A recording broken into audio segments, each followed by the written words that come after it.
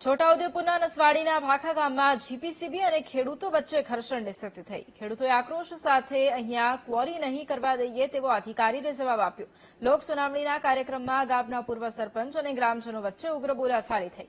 પોલીસે દરમિયાનગીરી કરી અને મામલો થાળે પાડવાનો પ્રયાસ કર્યો। ભાખા ગામમાં ક્વોરીના કારણે લોકોને ભારે હેરાનગતિનો સામનો કરવો પડે છે।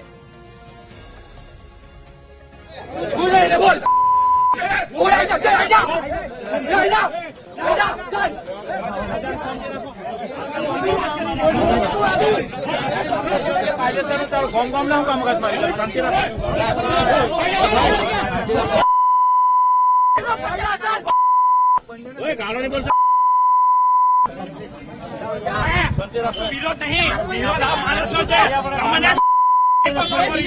4 महीना पहला कीधुं હતું કે વિરોધ